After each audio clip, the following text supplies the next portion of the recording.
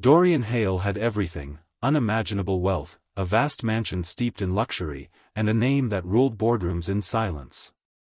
Yet each night, alone at his long dining table, the quiet pressed in. A sudden illness had stolen his hearing, leaving him sealed inside a world without sound or warmth. If you believe in compassion, hope, and second chances, don't forget to like, comment, share, and subscribe for more stories. Let's begin. Dorian Hale owned a life that looked perfect from the outside: steel and glass companies, a mansion that sat like a small kingdom above the city, and influence that could bend conversations before they began. Yet the most defining thing about him was what no one could give back. In his early 30s, an illness came fast and without mercy, burning through his hearing until the world sealed shut. Doctors called it permanent. Dorian called it exile. He learned to read lips, to speak through notes, to nod at employees who tried too hard to be normal around him. Eventually, the staff stopped trying. Silence became policy. At night, his dinner arrived on silver trays beneath warm chandeliers, but the table felt like a stage with no audience. He ate alone, watched the flicker of candlelight, and felt time pass like cold water. On those same nights, Marisol Cruz scrubbed polished floors and wiped fingerprints from framed paintings she would never own. She was new, exhausted, and fiercely careful. Childcare was a luxury she couldn't afford, so she brought her baby boy, Theo, to evening shifts, bundled in a blanket, set up in the staff room with a few soft toys. Theo was bright-eyed, energetic, and loud in the way only toddlers can be loud, even when they're quiet. And in Dorian Hale's mansion, anything alive felt out of place. That autumn night, the wind pressed against the windows as if it wanted inside.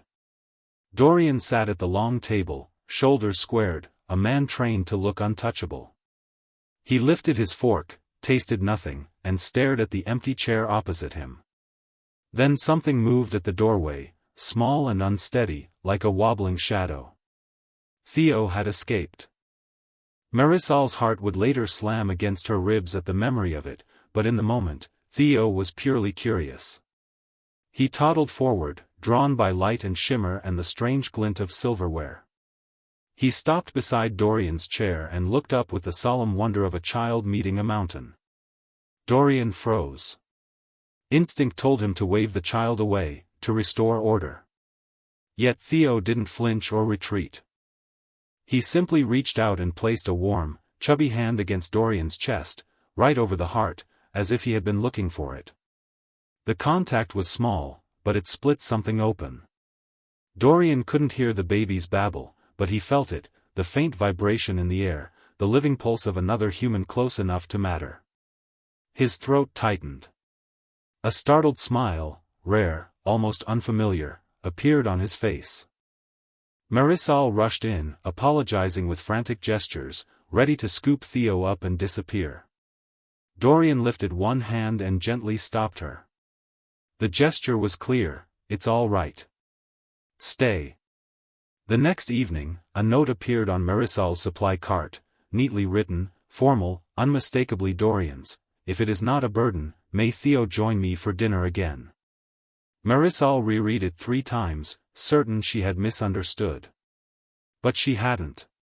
She arrived with Theo washed and bundled, nerves twisting in her stomach. Dorian sat waiting, posture calm, eyes fixed on the doorway as if he'd been counting the minutes. Theo climbed into a chair padded with pillows and banged his little palms on the table, delighted by the echo he couldn't name. Dorian watched him the way a starving person watches bread. The child's joy was messy, unpolished, unafraid. During the meal, Theo reached for a spoon and dropped it, once, twice, until Dorian, almost reflexively, caught it before it hit the floor.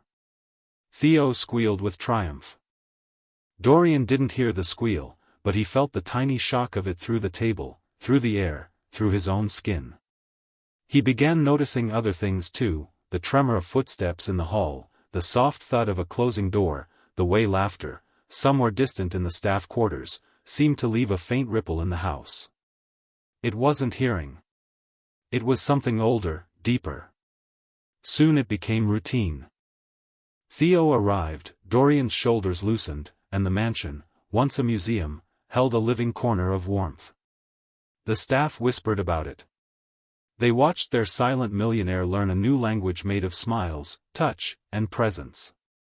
And every time Theo pressed a hand to Dorian's heart, Dorian looked less like a man trapped behind glass. As weeks passed, Marisol began to worry. Kindness from powerful people often came with strings she couldn't see until it was too late. She caught herself hesitating before letting Theo toddle into the dining room, afraid of what might happen if Dorian's mood shifted, if someone higher up decided a cleaner's child didn't belong near wealth. One night, Theo grew sleepy mid-dinner. He leaned sideways, cheek against Dorian's forearm, and giggled in short bursts. Dorian's eyes widened. He couldn't hear it, but he felt it, vibrations traveling through bone and muscle like a soft drumbeat. He swallowed hard, and tears gathered without warning. Not loud, not dramatic, just silent tears that slid down a face the world believed incapable of weakness. Marisol went still, stunned. She had never seen him cry. Her hands hovered, unsure whether to comfort him or flee.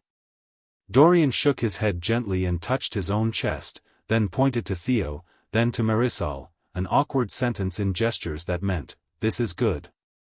This is life." The next day, Marisol was called into Dorian's study. She expected reprimand. Instead, she found documents neatly arranged and a pen waiting.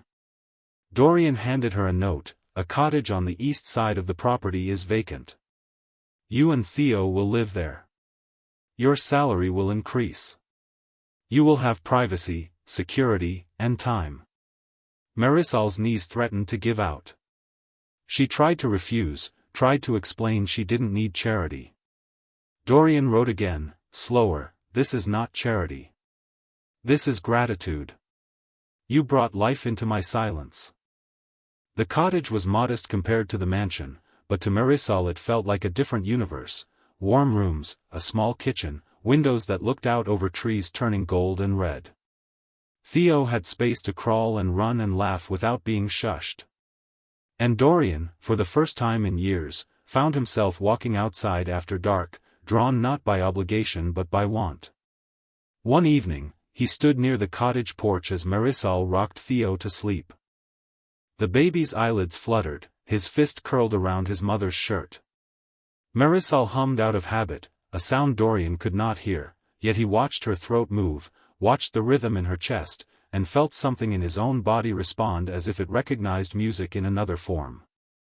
In that moment, Dorian understood the strange, almost mystical truth he had been circling for weeks. The miracle wasn't the idea that hearing might return.